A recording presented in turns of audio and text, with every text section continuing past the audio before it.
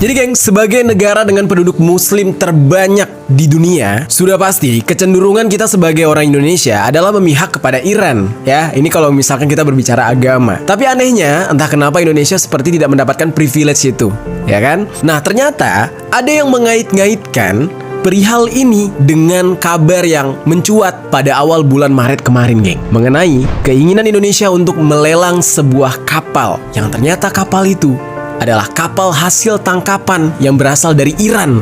Nah, gue jelaskan ya awal mula kejadiannya.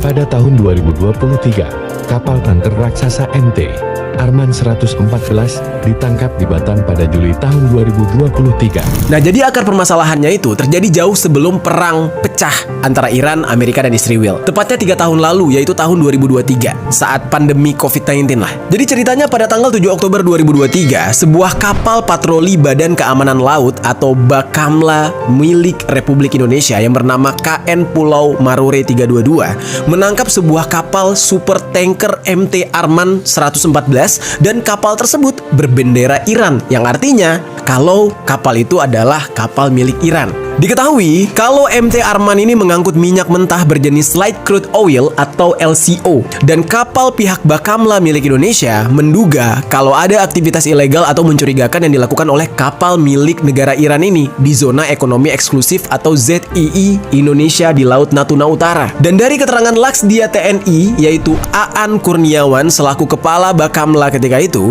ketika Bakamla melihat ada sesuatu yang mencurigakan, beliau itu memerintahkan unit Bakamla untuk melakukan patroli udara demi mengetahui kontak mencurigakan yang dilakukan oleh kapal berbendera Iran tersebut. Dan Pak Aan juga menjelaskan, selain kapal berbendera Iran, ada kapal berbendera Kamerun dengan nama MT Estinos.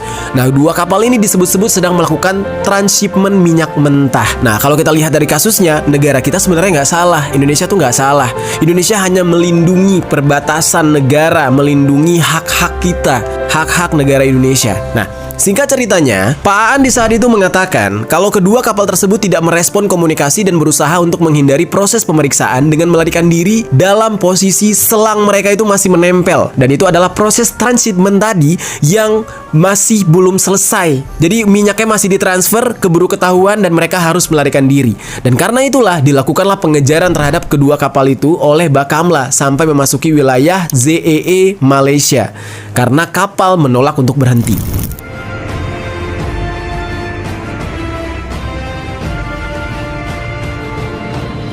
Alasan lainnya kenapa kedua kapal itu dikejar oleh Bakamla, ya karena mereka kedapatan membuang limbah ya ke perairan, dan limbah itu sudah diambil oleh Bakamla sebagai bukti